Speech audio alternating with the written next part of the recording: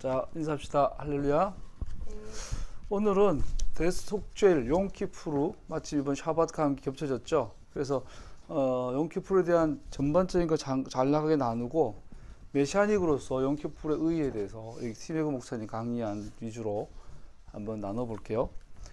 우리가 일곱 번째 달 절기 가운데 있어요. 우리가 일곱 번째 달 에다님 월 1일 날 염트로와 나팔을 부는 날로 지나고, 또 10일이 된 오늘이 티시리얼 에다미 월 10일 열흘째 되는 날이 이제 용키푸르 대속죄일이죠.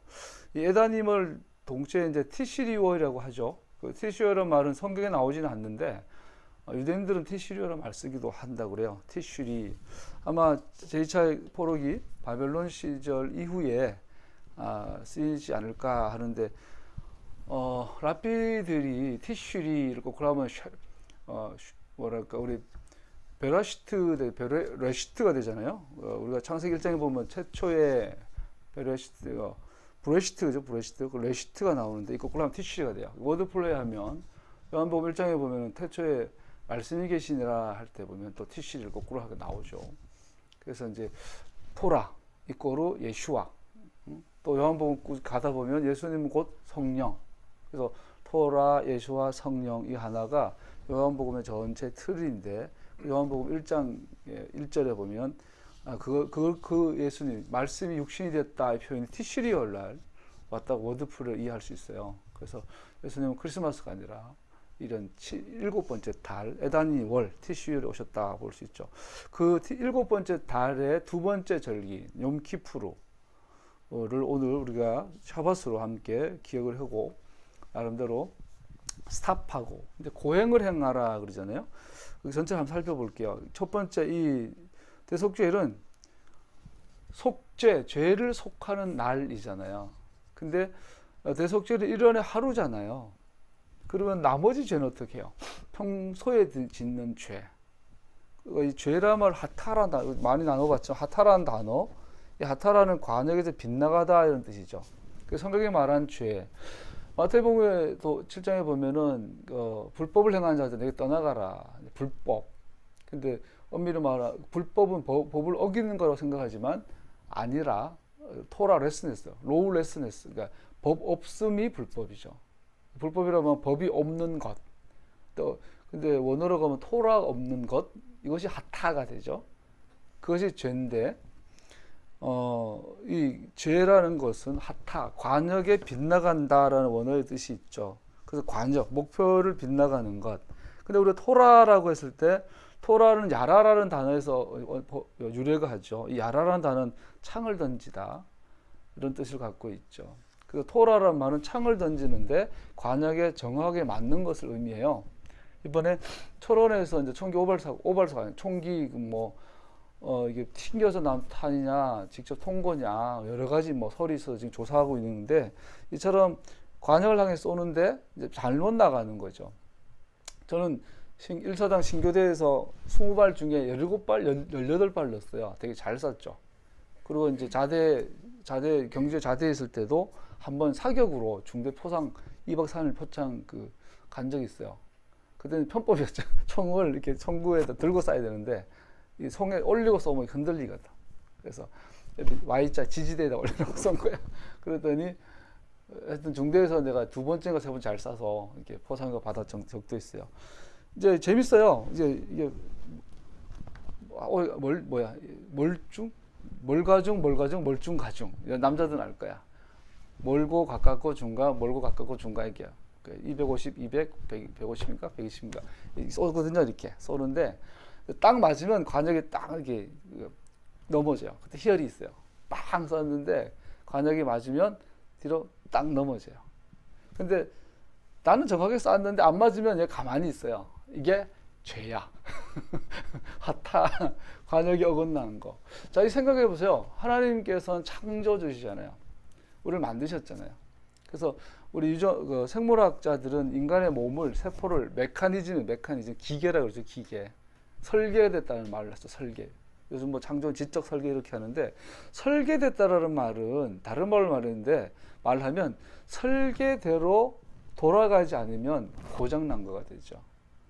하나님께서 우리를 만드셨을 때 우리를 메커니즘으로 만드셨어요. 우리의 이 뭐랄까 이 알고리즘을. 그러면 이것은 원래 계획대로 돌아가야만 정상이 돼요. 사람을 사람으로 만들었으면 사람답게 살아야 되는 거예요. 하나님이 사람을 사람으로, 요나서 읽잖아요. 대속죄일에 하나님께서 요나를 만드실 때는 니느웨를 향한 구원의 복음을 전하는 자로 만들었는데, 요나는 막 내가 막 화가 나 죽겠습니다 이러면서 덤벼요. 그렇게 되면 니느웨는 구원받지 못해요. 또 니느웨 백성도 놀랍게도 사람이 해결을 하면 동물도 구원받아요. 그래서 하나님께서 만드신 그대로, 설계하신 그대로의 삶을 살아가면 이것은 의가 되죠. 근데 하나님께서 창조주, 설계자가 설계한 대로 만들어지고 운행이 되지 않으면 이것은 고장이 나고 역효과가 나죠. 누군가에게 피해. 니느웨 백성들이 하나님께 회개하지 않으면 수많은 가축들이 죽임당해요. 유아들이 죽임당해요. 설계를 떠나게 되면, 관역을 빗나가게 되면 나만 잘못된 게 아니라 이 악한 영향력이 세상을 악하게 만들어가는 거예요. 그래서 구원이라는 것은 뭐 특별한 게 아니에요. 회복되는 거예요. 회복되는 거. 구원이라는 것, 오늘 속죄하는 날, 테슈바 하는 날을 그러잖아요. 회개하는 날. 회개라는 것은 내가 막 잘못한 것에 대해서 어떤 대단한 어떤 삶으로 이렇게 막 승화되고 막 그런 게 아니에요. 원래의 내 모습을 회복하는 게 구원이고 회개예요. 여러분 자기 자신이 마음에 안 들죠? 자기 자신을 마음에 드는 사람 별로 없을 거예요. 정말 다시 태어나고, 요즘 이거 유행하잖아. 이번 생애는 끝났어. 막 어제인가 누가 요즘 막 그 가십거리 올리는 거 보니까 원빈이 지나간 자리 뭐 이렇게 사진을 남겼는데 뭔지 알아? 바닷가에 오징어들이 막 죽어 있어. 오징어 수십 마리가 나갔다 뭐 잘못돼가지고 이제 바닷가에 죽어가 나자빠져 있는데 그 사진의 제목이 원빈이 지나간 자리. 그러면서 이제 사람들 밑에 댓글이 이 생에는 가망 없어.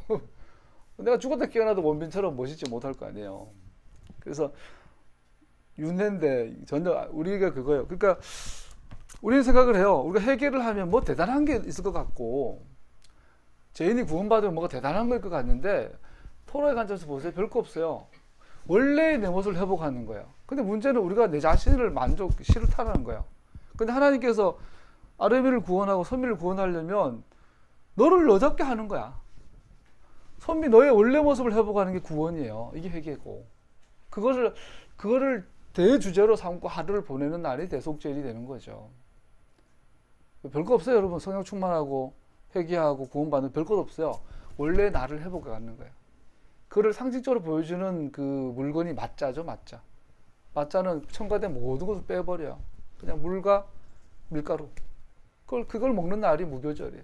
이 무교절부터 왔던 이 긴 여정이 대속죄일에서 이 7월 절기에서 완성이 되는 거죠.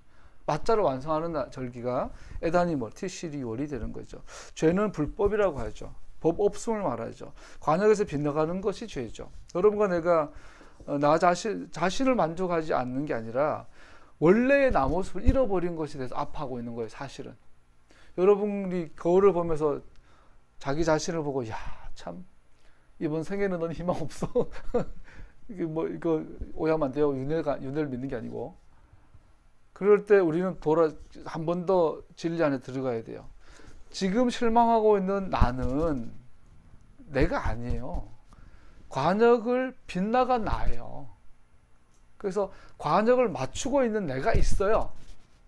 그래서 주님께서 십자가에 달려 돌아가신 것도 아까워서 저 돌들로도 내가 아브라함의 자손을 만들겠다. 그런데 내가 못하겠다. 왜? 네 원래 모습을 내가 아니까. 그게 귀하니까 내가 포기 못하겠다. 내가 죽어서라도 내가 널 포기하지 않겠다. 이게 십자가잖아요. 그러니까 이 속죄의 날은 이 죄에 대해서, 그러면서 요한복음 1장 3절 4절에 보면 이렇게 죄는 불법이라 그러죠. 그래서 아까도 요한복음, 사도 요한의 신학 안에는 토라, 성령, 예수님은 한 분으로, 토라는 곧 태초에 말씀이 계시니라, 태초에 메무라가 계셨느니라, 토라가 있었느니라, 이 말씀은 곧 하나님이시니라. 그리고 내가 곧 가면 또 다른 보혜사 성령을 보내주리니. 그래서 성령님 곧 토라 곧 예수님, 이 틀에서 우리는 죄는 불법이다라고 정의하는 요한을 이해할 수 있죠. 다시 말합니다. 죄는 원래의 내 모습을 왜곡한 게 죄입니다. 원래의 내 모습을 회복하는 게 속죄입니다. 두 번째, 지성소를 출입하는 유일한 날이에요. 365일 중에 단 하루, 이날만 지성소를 출입할 수 있어요. 대표적으로 대제사장이. 우리가 오늘날 신부운동, 뭐 거룩운동, 신부운동 한다면서 주님 얼굴 구한다 그러잖아요. 원팅 사역한다 그러고 그러잖아요. 하루 종일 주님 전에서 주님과 얼굴과 얼굴 마주보고 살기 원합니다. 그거 일어나는 게, 동시에 일어나는 게 경배와 찬양운동, 예언운동이죠. 그 특징이 있지 않아요? 경배와 찬양운동, 예언운동 하면 특징이 뭔가 흰옷을 입어야 돼. 뭔가 지그시 눈을 감아야 돼. 잔잔한 음악이 흘러. 그래서 눈물 질질질 짜. 그리고 주님도 알기 원합니다. 좋죠. 우리는 그러한 어떤 회복들을 주님의 얼굴을 구한다, 주님과 얼굴과 얼굴을 마주한다고 얘기를 하죠. 한면으로는 되게 좋지만 한면은 심각한 문제가 있죠. 성경에서 얼굴과 얼굴을 마주를 대할 수 있는 유일한 날은 속죄일이에요. 내가 너를 거기서 만나리라, 내가 너를 거기서 말하리라. 그 지성소, 법궤 위에 인간이 나아갈 수 있는 유일한 날이 용키푸르 대속죄일이에요. 인간이, 이스라엘이 유일하게 하나님 앞에 얼굴과 얼굴을 대하여 볼 수 있는 날은 대속죄일이에요. 용키푸르의 배경을 떠나서 얼굴과 얼굴을 구하는 신부운동, 예언운동, 경배와 찬양운동은 결국은 관역을 빗나가게 돼 있어요. 몇 년 전에 제가 여러분한테 그런 농담 삼아 예언한다고 그랬을 거예요. 이스라엘이 유행할 거라고, 한국교회 안에. 한국교회 안에 이스라엘이 유행할 거라고, 메시아닉 운동이 유행할 거라고, 토라가 유행할 거라고.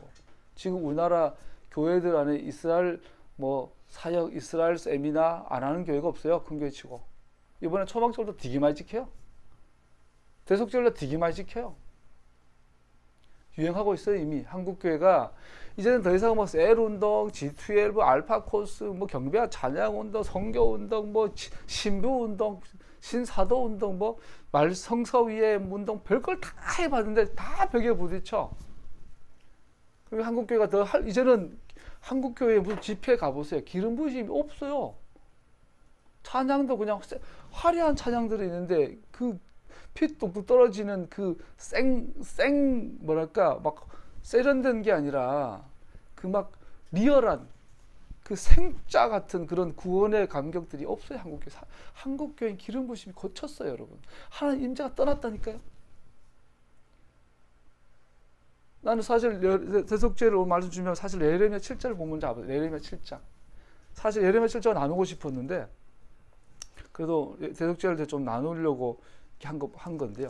그러니까 여러분, 우리가 알아야 될 건 대속죄일 날이 하나님과 얼굴과 얼굴을 마주 대할 수 있는 유일한 날이에요. 죄의 완전한 사함과 주 하나님과의 관계에 회복하는 화목제사를 향한 시작의 날이 대속죄일이에요. 이 5대 제사 가운데 가장 제일 먼저 해야 되는 게 속죄제사죠. 이 제사는 하나님 임재 안이 아닌 뜰에서 드리는 제사예요.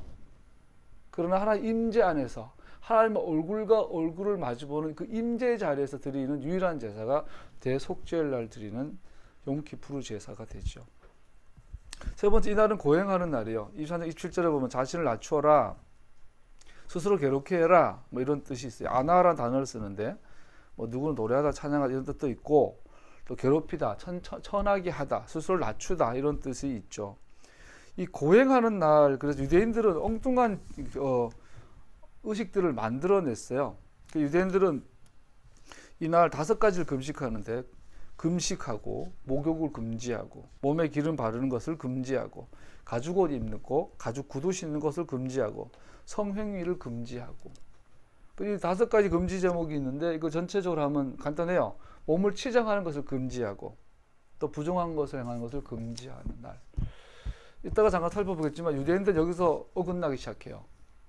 고행하라, 자기를 낮추어라 그랬더니요, 나중에 어떻게 하냐면 이 대속죄일 날 고행을 심하게 더 철저하게 하면 할수록 더 완벽하게 용서를 받는다, 이런 의식이 생겨요, 유대인들 안에. 그래서 유대인들은 대속죄일날 금식을 당연히 해야 돼. 반드시 해야 되고, 반드시 머리 빗으면 안 되고, 목욕하면 안 되고, 막 그런 이런 이 성경에도 없는 것들을 율법처럼 지켜져. 우리는 이런 좋은 정통도 하는 건 좋아요. 우리도 금식하고 할 수 있는 자기를 낮추는 하루를 특별히 구별해서 하는 것은 단 한 가지 이유예요. 스탑. 뭘 하기 위해서요? 속죄의 그 깊은 뜻, 의미 안으로 들어가기 위해서, 자기를 돌아보기 위해서, 나의 내면을 깊이 성찰하기 위해서. 우리는 우리 스스로도 속잖아요. 오늘 대속죄일날 새벽에 내가 무슨 꿈을 꿨냐면, 굉장히 신령한 꿈을 꾸고 싶었는데 좀비 나오는 꿈을 꿔. 좀비.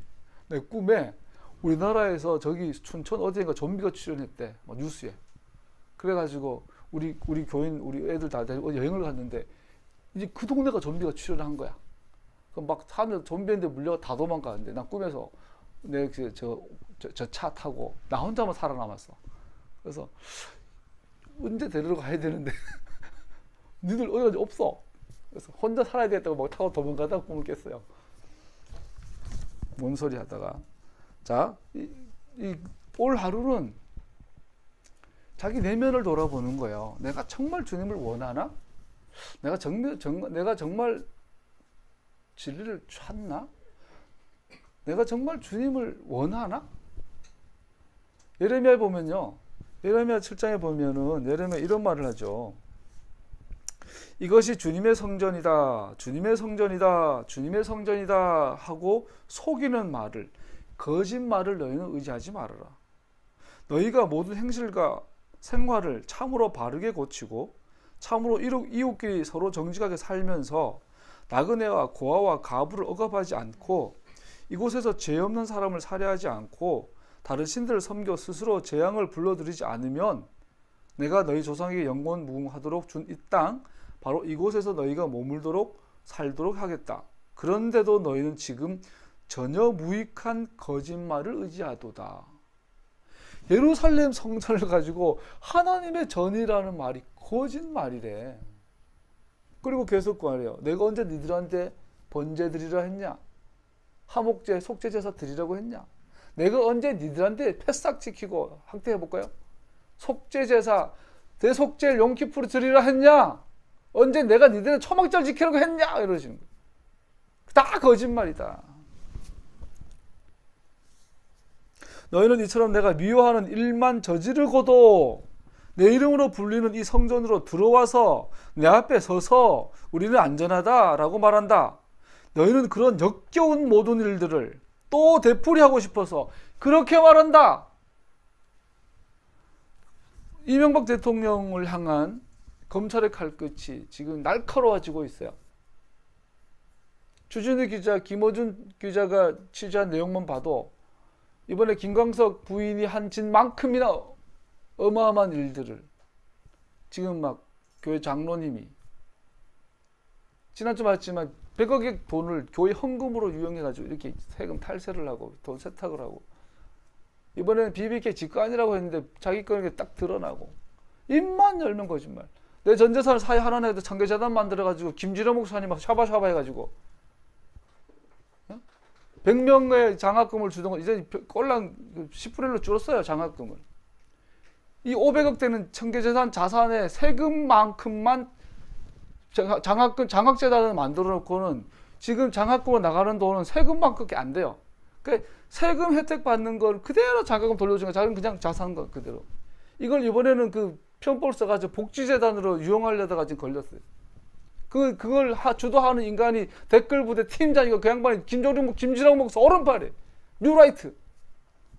이 기독교는 도대체 어디까지 써가야 되는 거예요?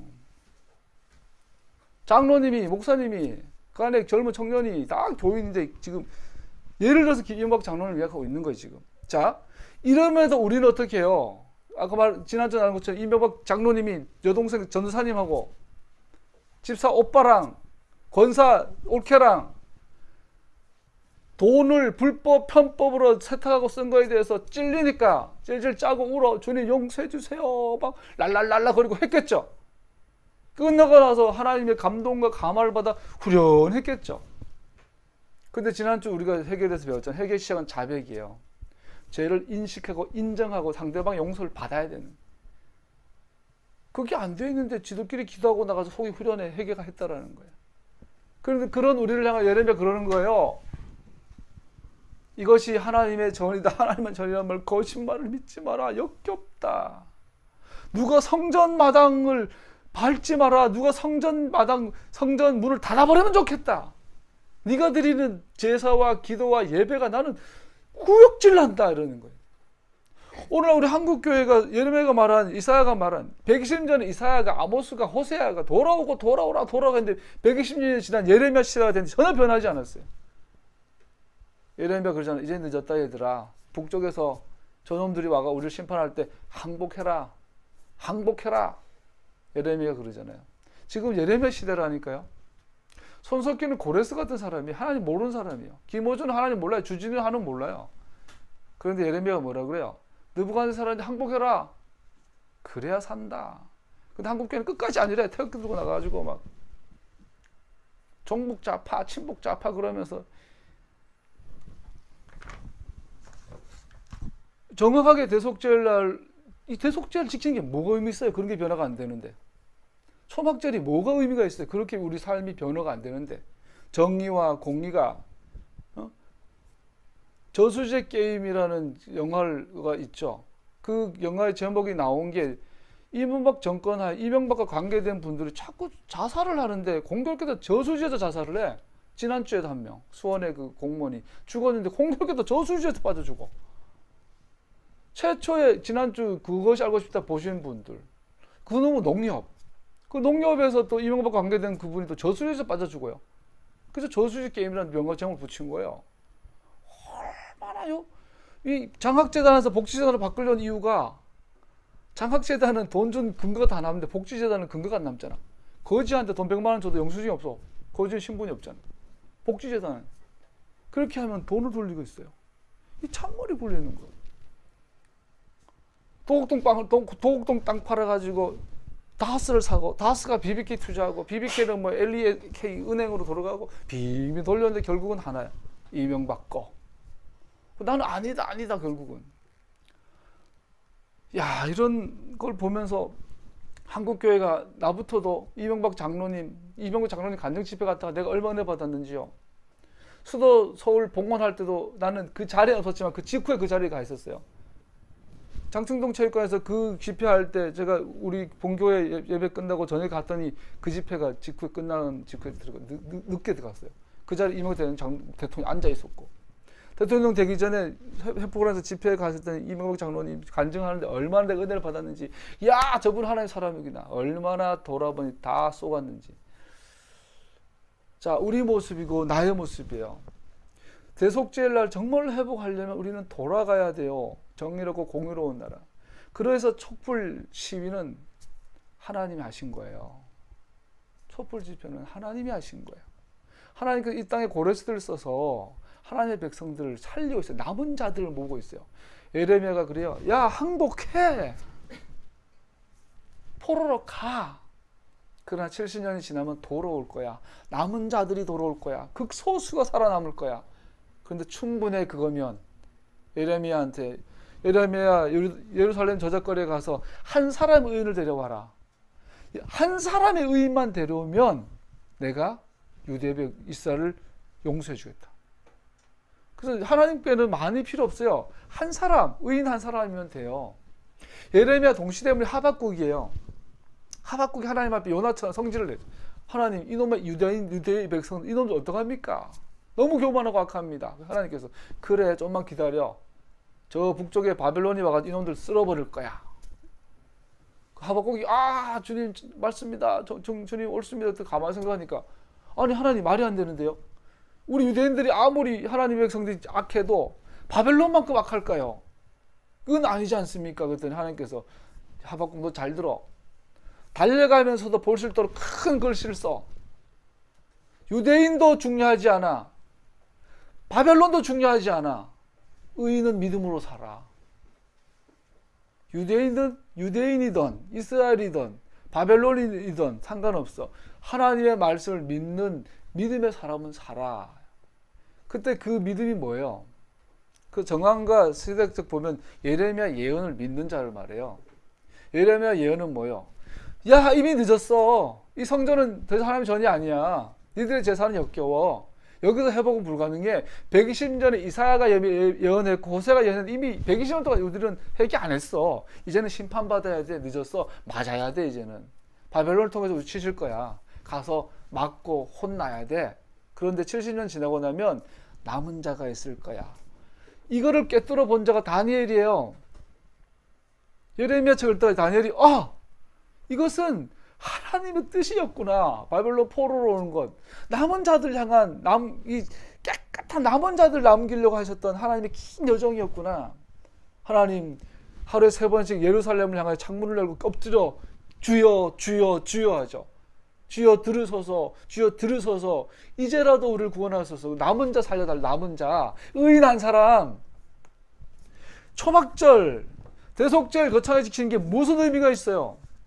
남은 자는 관역을 맞추는 자들이에요. 영적인 분별력에서 하나님의 의중과 길을 아는 다니엘 같은 자들이에요. 그들은 변희재의 소리를 안 들어요. 그들은 정미용이 주미영 엄마 부대 정규재 말을 안 들어요. 트럼프 말에 오락가락하지 않아요. 트럼프랑 지금 김정은이랑 서로 말폭탄 들고 뒤에서 샤바사 이번 제네바에 또 만난다며. 전쟁 안 나요. 핵전쟁뿐 아니라 전쟁 날 수가 없어요. 트럼프는 지금 장난치는 거예요. 슈퍼맨 되려고. 한국교회가 지금 얼마나 미혹이 돼서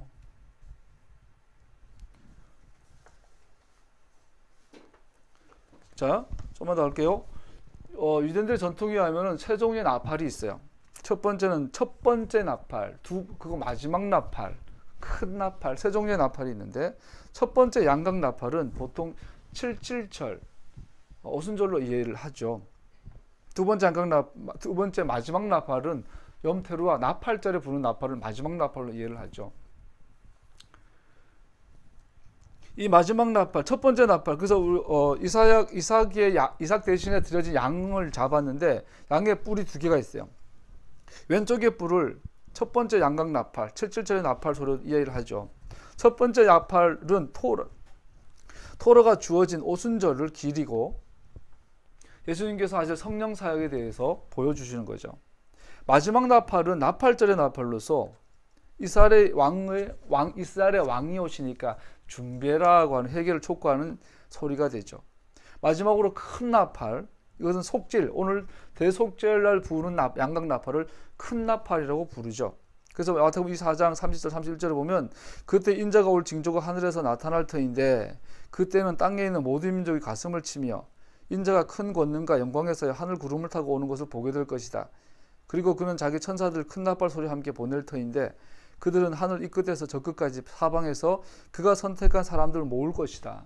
마태가 24장에서 예수님께서 그때의 마지막 때에 여기 내가 그리스도다 내가 그리스도다 할 때 니는 속지 말아라.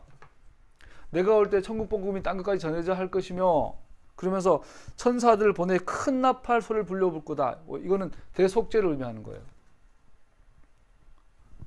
그래서 요한계시록에 7 나팔이 있죠. 7 인이 있고 마지막 7번째 인이 끝나고 나팔이 시작이고 7 나팔이 있고 7번째 나팔을 불 때 7 대접으로 마지막 이 3단계 이 재앙들 전체가 이 첫 번째 오순절에 부른 나팔, 그거 염태루와 나팔절에 부른 마지막 나팔, 그 대속절에 부른 큰 나팔 소리, 이 틀 속에서 요한계시록이 쓰여져 있는 것을 볼 수 있죠. 여러분과 내가 살아가는 이 시대는 첫 번째 양각 나팔이 불고 두 번째 마지막 나팔 소리인 나팔절의 나팔 소리 중간을 살아가고 있습니다. 우리는 매년 나팔절을 지날 때마다 하나님의 경고의 음성을 들어야 합니다. 이스라엘의 왕이 곧 오시니까 네 삶을 새 속죄를 스탑해라. 스탑하고 돌아보아라. 너를 성찰하고 네 내면을 깊이 들여다보고 네 내면의 동기를 깊이 들여다보고 우리 지난주 회개의 본질이 뭐라 그랬어요? 고의로 짓는 죄, 그리고 실수로 짓는 죄가 있다 그랬어요. 실수로 짓는 죄는 회개하면 용서를 받는데 고의로 짓는 죄는 용서받지 못한다. 그런데 고의로 짓는 죄가 어떤 것이냐 지난주 잠깐 살펴봤어요. 우리는 대부분 오해하기를 고의냐 아니냐는 것은 죄를 짓기 전에 그 마음의 동기를 본다고 생각하는데, 사실은 성경 전체를 보면 죄를 지은 다음에 그 사람의 태도와 반응을 보고 알 수 있죠. 이 죄를 고의로 지었는지 안 지었는지 어떻게 알 수 있어요? 죄 지은 다음에 그 사람의 반응에서 드러나죠. 그래서 사도 요한은 자백하면 돼 있어요. 죄 짓고 났는데 죄야, 인식이 돼, 동의가 돼, 인정이 돼. 그때 하는 게 자백이에요. 오늘 회개운동하는 사람들 다 거짓 선지자들이에요. 질질 짜요. 지들끼리 울어요. 신부운동 한답시고 경배 찬양운동 한답시고. 근데 자백하지 않아요. 자백했다면 레위기에 뭐라 그래요? 민수기에 뭐라 그래요? 가서 그 사람에게 본물을 갚아주고 5분의 1을 더하여 갚고 하나님 앞에 나와서 회개의 제사를 드려야 되는. 예를 들어서 이명복 장로님이 회개 때 자백하지 않아요. 갚지를 않아요. 죄의 대가를 지불하지 않아요. 그런 거 없는데 어떻게 회개운동이 가능하나요? 그런 의미에서 오늘 하는 회개운동들은 다 말장난들이에요. 2주 전에 어떤 여기 큰교회 목사님이 촛불 집회 이후에 전국이 혼란하는 거 보면서 한국교회가 요거 넘은 거 보면서 어떻게 되나 그러면서 결국은 새벽에 십자가를 받습니다. 우리는 십자가로 돌아가야 합니다. 저 양반 또 사기치네. 몇만 명 교인 앉혀놓고 또 십자가 사기치네. 십자가로 돌아가 못 돌아가는 건데 어쩌라는 거예요? 십자가 돌아가 뭐 있어요? 자백하고 보상하고 대가를 지불하고 법적인 책임을 지고, 이게 회개인데 그걸 가르치면 교회는 다 떠나는데, 교인들 십자가로 돌아가지. 또 말장난하고 사기치는 거. 또 대속죄일입니다. 욤테루아의 재판의 법정이 열리고 욤키푸르 때 판결이 난다라고 믿습니다. 욤테루아 나팔절의 재판이 열립니다. 욤키푸르 때 대속죄일날 재판이 결론이 난다고 합니다. 이것은 마태복음 22장 25장에 나온 혼인잔치 비유와 열처녀 비유의 배경이 됩니다. 마태는 철저 유대인들을 상대로 쓴 글이죠. 그래서 유대인들은 예를 들어서 혼인잔치 비유나 열처녀 비유의 소리를 들으면 이거는 나팔절과 대속죄에 대한 이야기구나. 나팔절의 문이 열려서 재판이 열려서 욤키푸르의 재판이 끝나요. 우리 박근혜 대통령, 다른 나라 한나라당 대통령 박근혜 씨가 재판을 받고 있는데 아직 끝이 안 났어요, 그죠? 수사 끝나면 풀겠다 그러는데 지금 검찰에서는 기소하려고 또 준비하고 있죠. 자, 이 혼인잔치 부부 보세요. 야, 길거리 가서 왕이 혼인을 열었으니까 막 다 초청해라. 왔어요. 그런데 왕이 돌아다 보니까 예복 입지 않은 사람이 나와요. 예복, 키텔, 흰옷, 순결한 옷을 입은 사람 없는 보고 가서, 너는 내 예복을 입지 않았느냐? 그가 유구무원이거늘 이놈을 바깥 어두운 곳에 내어 쫓아라. 거기서 슬피 울며 이를 갈 거라. 그러면서 마태는 이렇게 아주 무서운 말을 해요. 청함을 받은 사람은 많은데 택함 받은 사람은 적다. 원어에 보세요. 영어 번역에 보세요. 청함 사람 받은 사람은 많은데 택함 입은 사람은 거의 없다 돼 있어요. 거의 없다. 부정적 의미예요. 우리 오순절의 나팔 소리는요, 천하만민을 돌아오라는 나팔 소리예요. 첫 번째 나팔 소리는 누구든지 예수 믿으면 구원받아요. 그런데 마지막 나팔 소리인 욤테루아 나팔절의 나팔 소리는요, 택함 입은 자들 부른 소리예요. 그래서 얘는 부름을 받았는데 택함 받았는지, 즉 예복을 입었는지 안 입었는지를 분별하고 판단하는 재판이 나팔절 열려서 대속죄가 끝나는 거예요. 이 기간 안에 예복이 검증되지 않으면 이 사람은 끝난 거예요. 그 예복이 뭐예요? 흰옷이에요. 빛나고 고운 깨끗한 세마포 옷이에요. 경배와 찬양할 때 눈물 찢어지고 예언하는 것이 아니에요. 예레미야 편을 빌리면 나그네와 고아와 가부를 억압하지 않고. 북한 사람들은 김일성한테 김일성 공산주의 1인 1당 독재 체제에 세뇌되어 있고, 우리는 수구 보수 꼴통 수구 보수 세력한테 잘못된 안보, 잘못된 국가관으로 세뇌되어 왔고, 그러다 보니까 가난한 자를 전태일 씨가 마지막 기도했잖아요. 유언이 기도했다 그러잖아요. 하나님 도와주세요. 하나님 도와주세요. 한 달에 이틀만 쉬게 해주세요. 14시간 일 너무 많으니까 10시간으로 줄여주세요, 주님. 그런 노동자들의 이 고행으로 지금 제기업, 300산업, 뭐 재분, 재당 다 특혜를 받아가지고 대기업이 돼가지고 현대도, 삼성도 그 돈으로 정경 유착을 되고 특혜를 받고 돈 대주고 특혜 받고 이 고리 끊어보겠다고 이러고 토플을 들었는데 교회는 그걸 가지고 폭동이라 그러고 친북 자빨이라 그러고 그 가운데 가난한 자들이 얼마나 이번에도 여자들 생리대 부자들은 다 외제 쓰죠. 겨우 셀러리면 대학 나와가지고 융자 내가지고 대학 졸업해가지고 돈 좀 받아가지고 딸을 키우는데 환경 호르몬 오염된 걸 사줘야 돼. 대기업 걸 사줘야 돼. 이런 불공정한 불평등한 비상식적인 사회를 바꿔보고 정의롭게 바꿔보자 하는데 그걸 폭동이래. 교회가. 나그네와 고아와 가부를 억압하지 않고 이곳에서 죄 없는 사람을 살해하지 않고 정유라한테 30억짜리 왈 사주고도 더 못 줘가지고 더 필요한 거 없으세요?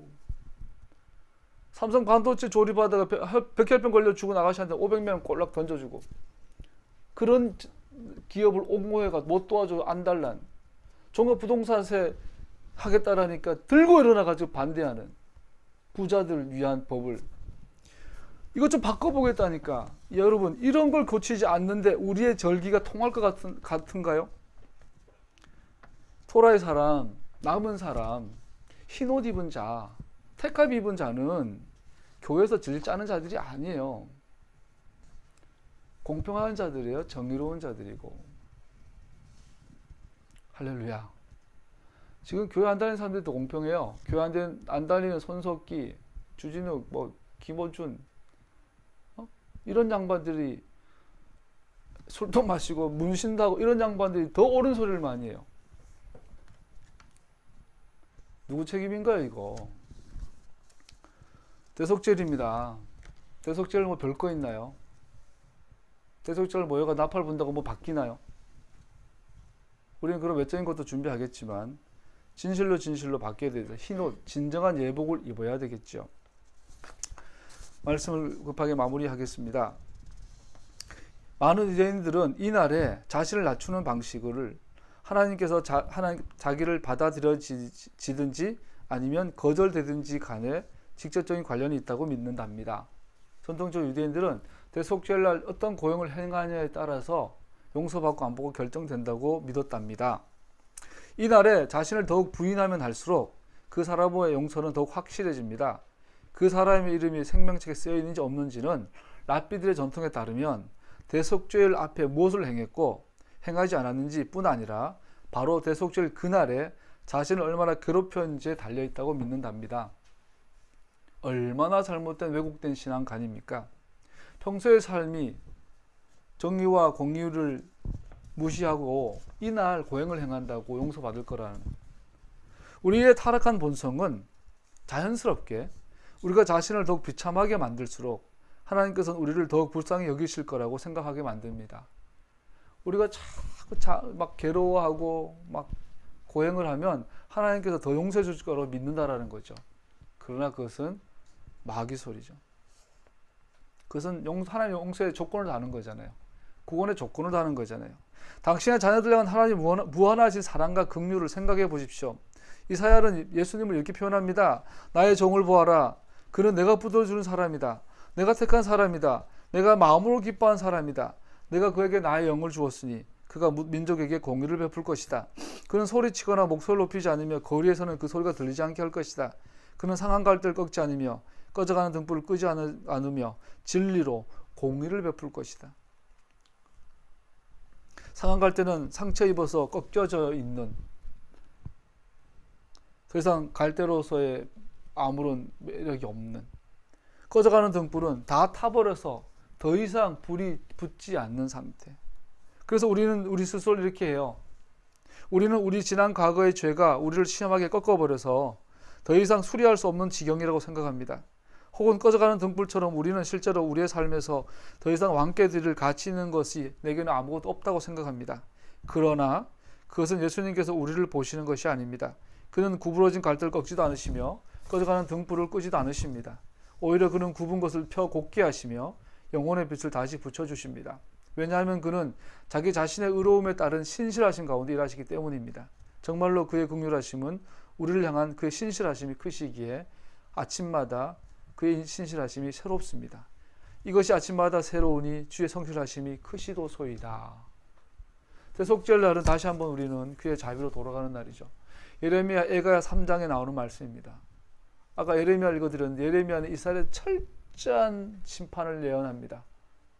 그런데 다 죽어나가 자빠져 폐허가 된 성을, 예루살렘 성을 거닐면서 울면서 한 에가에 나오는 구절이 그의 자비하심이, 그의 성실하심이 아침마다 새롭다라고 노래하였죠. 로마서 8장 1절에서도 그러므로 그리스도 예수 안에 있는 사람은 정죄를 받지 않습니다. 그는 우리의 죄가 요구하는 고통은 이미 우리의 구주께서 이루셨다는 것을 알기 때문입니다. 하나님께서 우리에게 불리한 조문들이 들어있는 빈 문서를 지워버리시고 그것을 십자가에 못 박으셔서 우리 가운데 제거해 버리셨습니다. 동의서에서 먼 것처럼 우리의 반역을 우리에게서 멀리 치우셨습니다. 여러분도 그리스도 안에서 진리의 말씀 곧 여러분을 구원하는 복음을 듣고서 그리스도를 믿었으므로 약속하신 성령의 날인을 받았습니다. 이 성령은 하나님의 소유인 우리가 완전히 구원받을 때까지 우리의 상속의 담보이시며 우리로 하여금 하나님의 영광을 찬미하게 하십니다. 하나님의 성령을 슬프게 하지 마십시오. 여러분은 성령 안에서 구속의 날을 위하여 인치심을 받았습니다. 선한 일을 여러분 가운데 시작하신 분께서 그래서 예수의 날까지 그 일을 완성하리라고 나는 확신합니다.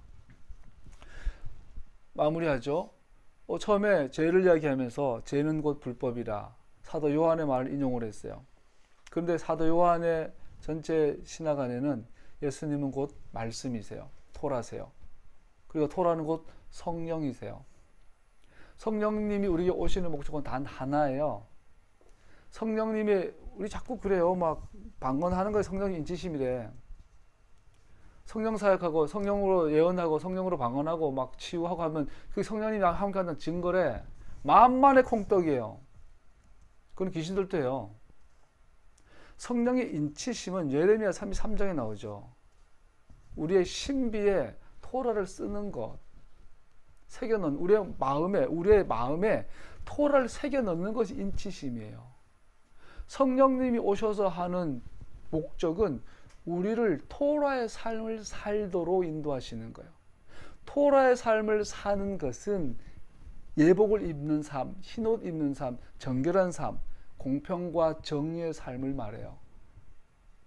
가난하고 억압받는 자들을 살리는 삶을 말하죠. 그렇다면 오늘날 우리의 모습은, 그동안 130년의 한국교회의 모습은 성령의 인치심과 먼 부분들이 너무너무 많아요. 특히 지금 한국교회의 모습, 우리의 모습은. 이 놀라운 날 대속죄일에 우리가 마음을 다하여 테슈바할 때, 대속죄는 그의 아들 예수님 안에서 하나님의 사랑과 긍휼하심은 우리에게 더욱 더 소중한 것이 되시기를, 그리고 그의 위대하심을 묵상할 때 주체할 수 없는 기쁨과 그의 무한하시고 모든 긍휼하심으로 우리에게 긍휼하신 그에게 찬양을 드리기를. 할렐루야. 테슈바하는 날입니다. 그의 길로 돌아서서 성령님으로 인해 살아가시길 예수님 축복합니다.